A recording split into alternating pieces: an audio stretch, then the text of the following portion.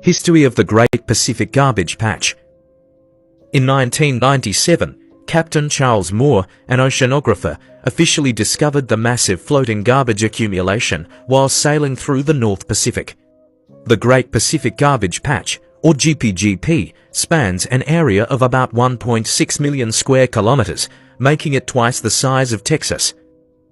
Despite popular belief, the GPGP is not a solid mass of trash, but rather a huge accumulation of floating plastic debris spread across the North Pacific Gyre due to ocean currents. The patch holds an estimated 1.8 trillion pieces of plastic, weighing around 80,000 metric tons. About 46% of the debris consists of discarded fishing nets known as ghost nets, which trap and endanger marine life. In 2018, the Ocean Cleanup Project launched a system to begin remove plastic from the patch. Follow for daily history facts.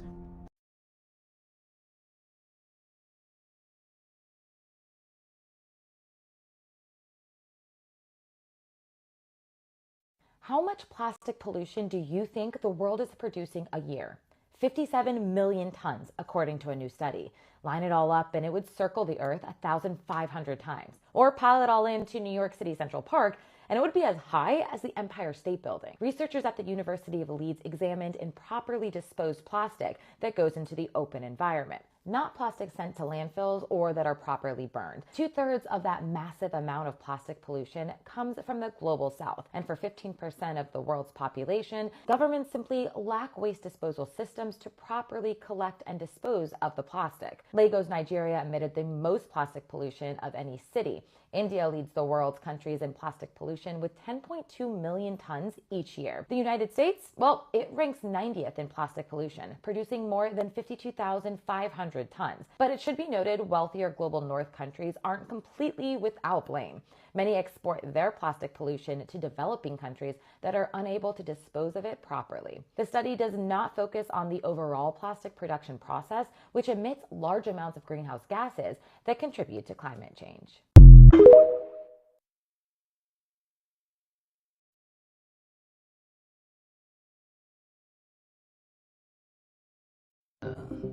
You see China, they built the dopest hotels. They got one that's built 68 stories underground, and they got underground bedrooms, and you see the water and all that shit, underwater restaurants. You know, they doing shit. They build bridges across mountains that everybody in the rest of the world said couldn't be done in 10 years. They did it in 3. So it can be done, but America used to be the can-do country, but now we just can't do shit. Yeah, we can't even decide if we a man or a woman. We can't decide shit. We can't build a motherfucking thing. I mean, what the fuck?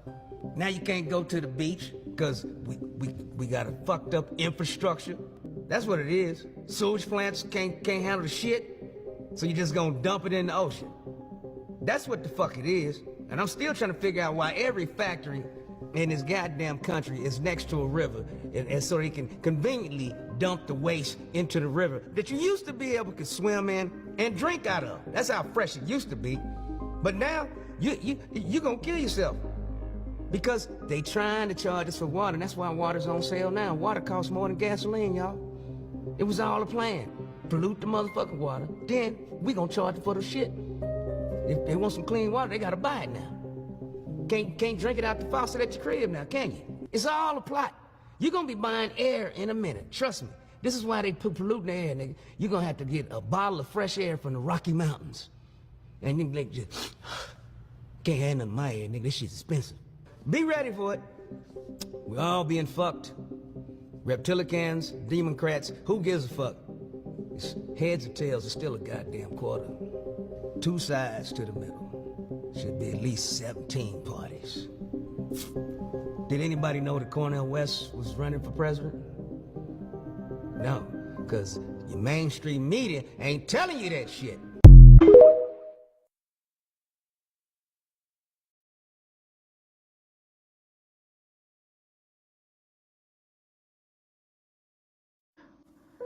This is why you need to know about this new plastic. Imagine a plastic that doesn't harm our oceans. Researchers at the Riken Center in Japan just cracked the code. They've developed a recyclable plastic that dissolves in seawater within hours. Yes, you heard that right. This miracle material is made from food additives and biodegrades completely in soil within 10 days. Plus, it releases nutrients like phosphorus and nitrogen, perfect for the environment. But wait, there's more. This plastic can be customized for various uses, from scratch-resistant items to 3D printed medical tools. And it's non-toxic, non-flammable, and produces zero carbon emissions. Say goodbye to microplastic pollution and hello to a cleaner planet. Follow us for more eco-friendly innovations.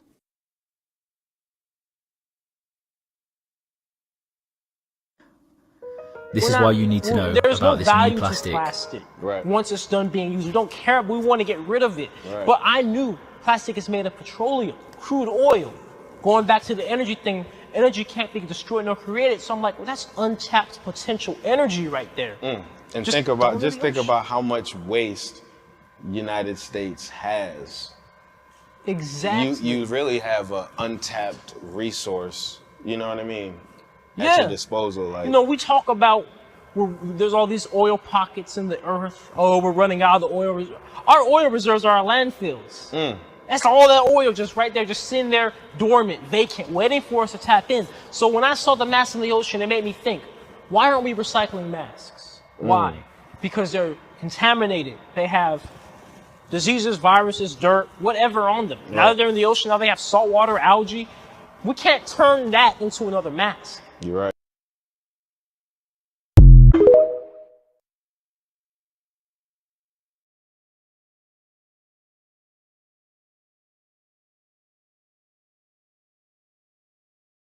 I am with the legend, Moses West right here, right in front of one of his great machines, and it is making water right now.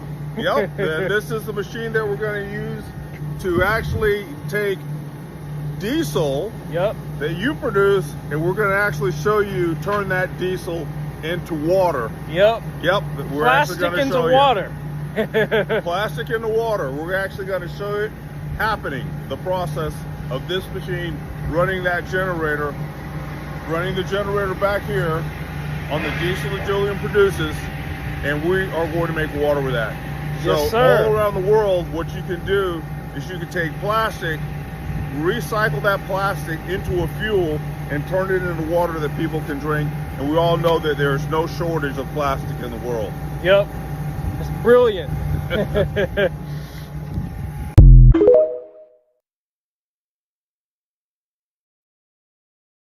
Who's the worst offender for plastic packaging waste? The answer might surprise you. By all standards, Japan is a very clean country. School kids clean their own classrooms, you rarely find litter on the ground, and streets are sparkling clean. They boast an astonishing 85% recycling rate for plastic bottles, with a goal of hitting 100% by 2030. However, the real problems lie behind the scenes. Recent data shows that compared to other highly developed countries like Europe, the United States, Australia, and South Korea, Japan has one of the lowest recycling rates at 19%. In comparison, the US is 23.6%. And while on the outside Japan makes a show of recycling with bins everywhere separated by can, glass, plastic, burnables, etc., the truth is the rest of the 81% of it ends up incinerated and in many cases sent over to overseas landfills such as Malaysia and Thailand. To make matters worse, Japan is one of the worst offenders for single-use plastics, with wrappers, fruit packaging, trays for bento boxes, and of course plastic bags. In fact, Japan's plastic packaging waste per capita is second only to the US. In 2020, Japan went the way of California and started charging for plastic bags, but at this point, it hardly seems more than a band-aid for the real issue.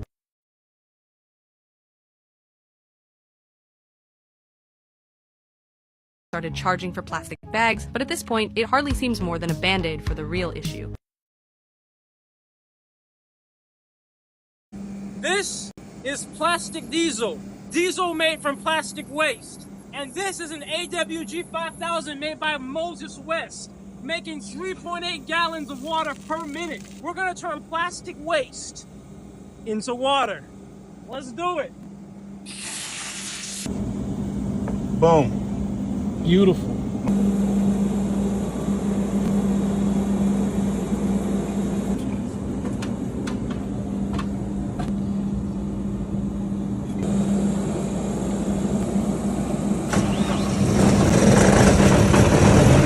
There we have it.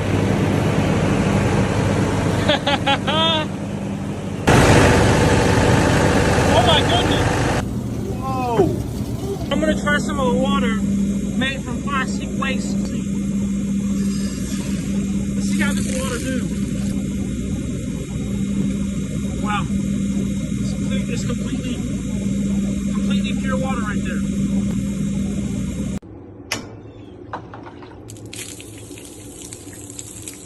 And I always told people that this machine, it's not a power plant. The value of the machine is that it's getting rid of plastic and truly destroying the plastic. Now, yes, it may make some carcinogenic things on the back end, but at least they're contained. Unlike plastic left in the ocean, those microplastics are not contained. The ethylene and methane that releases from the plastic breaking down under photodegradation is not contained, going right up to the atmosphere, 40 times and 25 times worse than CO2. That's not contained. At least everything from this process is captured and controlled to where we don't have to emit it. That's the value of pyrolysis. To truly deal with and destroy plastic completely. And you can figure out what you do with the stuff from then. We just happen to make things that can be fuel. But another thing you could do with pyrolysis, these oils, you can just turn them into new plastic again. They have all the components within them. One of the major ingredients of plastic is benzene, right? So if you look at the type of people who follow me, it's not just pyrolysis enthusiasts. It's not just chemists. This is the world, because we collectively, and you included, we're all tired of the plastic mess.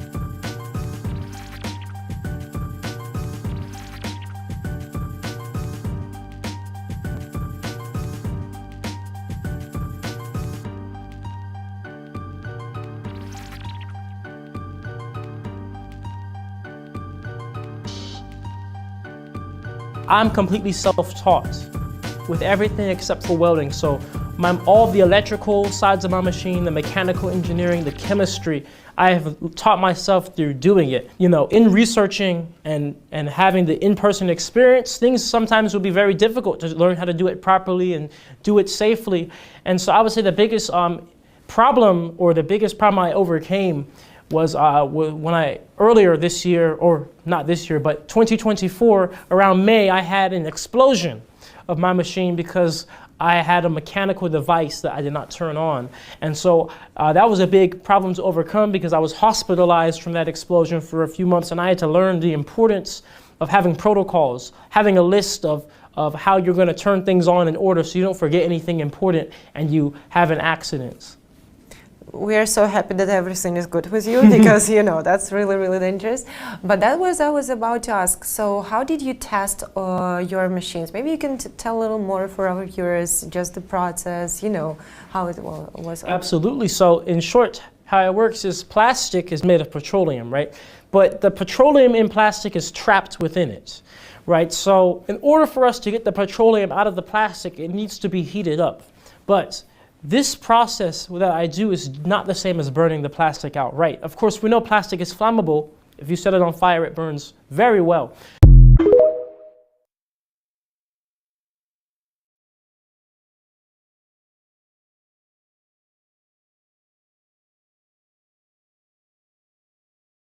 Hello, my name is Tim Waters. I'm the owner and operator of a community grocery store here in France. We've been here for about 3 years. We used to be a Save-A-Lot. I found the process of pyrolysis, and at this point I was around the 11th grade, so I was around 16 years old, and I was inside of a welding program in high school. I found that there's a way to turn plastic into fuel. You have to build what's called a reactor, a pyrolysis reactor, out of metal. and I was a welder. I knew how to build with metal. So I put together my first pyrolysis reactor in the 12th grade. I was 17 years old. It was around the size of a crock pot. Over the past almost 5 years now, I've developed 5 prototypes, and they go by Mark 1, Mark 2, Mark 3, Mark 4, and my latest prototype is Mark 4.5. Plastic is made of petroleum, right? But the petroleum in plastic is trapped within it, right? So in order for us to get the petroleum out of the plastic, it needs to be heated up. But this process that I do is not the same as burning the plastic outright. Of course, we know plastic is flammable. If you set it on fire, it burns very well. But instead of burning it, the plastic is put inside a chamber. It's shredded and dried and put inside this reactor. And this reactor is closed to the air, so there's no oxygen in there. For a fire to exist, you need heat, fuel, and air. But there's no oxygen, so the plastic is put in there, it's closed to the air, and microwaves turn on, and then they heat up the plastic. But since it cannot catch on fire, instead, what ends up happening is what's called thermally cracking. So on the molecular level, plastic is made up of really long hydrocarbon chains, which are chains of energy. And so those chains end up being broken apart by the heat, and then they end up being able to turn into a vapor, right? Almost like if you were to boil water and the steam comes off, right? That steam can now be condensed back into water again. And so the plastic ends up becoming a vapor, a completely new petroleum vapor. It's no longer plastic. And that vapor is then condensed back into oils. And those oils are no longer plastic. They actually become petroleum again, right? And then there are also some other products that come off, like, for example, a permanent vapor product that's similar to natural gas. But that's how the machine works in a nutshell. So basically, you can put any plastic into there, right? Yes. So my question is just for regular viewers. Each of us can basically use that plastic, right? And even one plastic bag can give you a petroleum. Yes. My theory was if we can use microwaves to turn plastic into fuel, microwaves you see operate off of electricity. And electricity can come from nuclear, solar, wind, etc. We can take renewable energy to get rid of waste and then at the same time create fuel. It's about 10 pounds to 1 gallon. So 10 pounds of plastic will give you 1 gallon of petroleum. But 2024, around May, I had an explosion of my machine because I had a mechanical device that I did not turn on. And so that was a big problem to overcome because I was hospitalized from that explosion for a few months, and I had to learn the importance of having protocols, having a list of how you're going to turn things on in order so you don't forget anything important.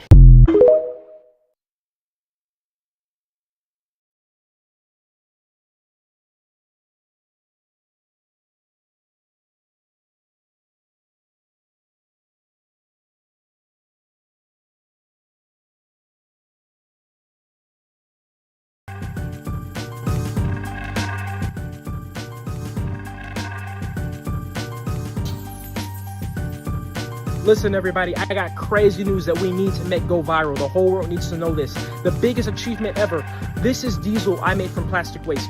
Diesel, okay? From mixed plastic waste, unsorted and dirty plastics. I sent this fuel sample to 2 different labs, 2 independent labs, one in Houston, Texas, and one in Vancouver, Washington. And guess what? Both labs told me that this fuel right here is equitable to diesel from the pump. This fuel right here is actually even cleaner than fuel from the pump because they have certain additives they add to make sure they know when there's leaks of this fuel. This doesn't even have that in there. This will not destroy your engine. This will not give you crazy types of cancer, and I have the scientific data to prove it. And this is a humongous deal because I'm able to take mixed plastic waste, true plastic waste that's not clean or sorted, plastic waste that we really get from the ocean, that we really get from the waste stream, not some perfect scientific environment where everything is perfect and clean. And I'm able to refine that into a fuel that works in engines, a fuel that passes the current fuel standards and may possibly even be better than fuel. To celebrate these amazing results I got from my labs, I actually am going to be flying out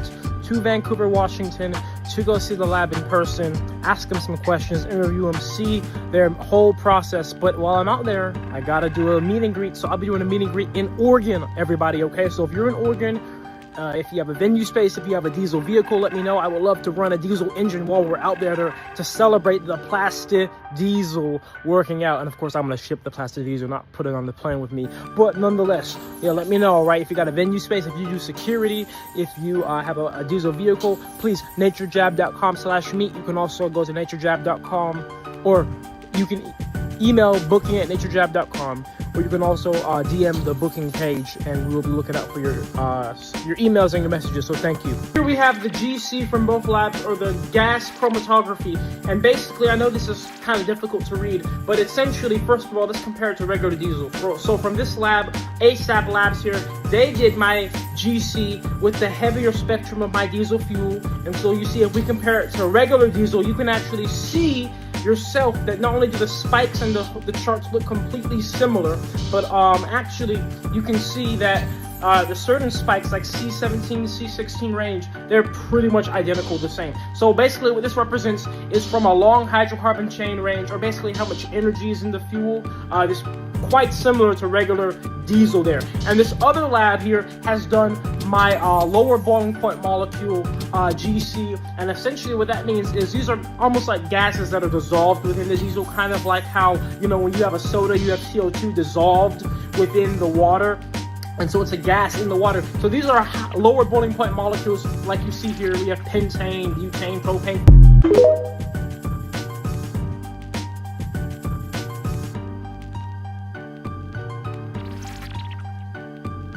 All of this single-use plastic was consumed for, used for about a couple minutes, tossed away. The only issue is a lot of the times it doesn't go away. It's going to end up in a landfill, a river, potentially the ocean, or a coastline just like this. One thing that you can do right now to have a massive impact is bring a reusable piece of cutlery. Take one small step on a day-to-day basis of what you can do to cut down on the amount of plastic that's being consumed and potentially ending up in our oceans. The next time you use a reusable cutlery set, let us know. Tag us in a social media post, send us a DM, just let us know. We get fired up to see everybody using their sustainable alternatives and refusing single-use plastics.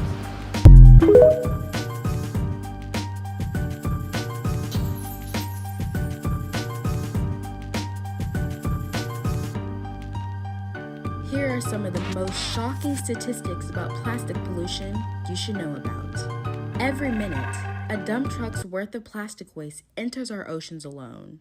While plastic can help make our hospitals safer, our food last longer, and our packages more efficient to ship, it has no place in nature. Single-use plastic poses a serious threat to our marine life. Sea turtles mistakenly eat plastic bags, confusing them with jellyfish. Even land animals are now forced to live among plastic pollution. The average American generates roughly 300 pounds of plastic waste per year. And even though we are one of the top producers and users of plastic worldwide, the U.S. recycles only 9% of it. That means over 90% of the plastic we use, even recyclable, ends up incinerated, landfilled, or polluting nature. The majority of Americans are ready to tackle the plastic problem.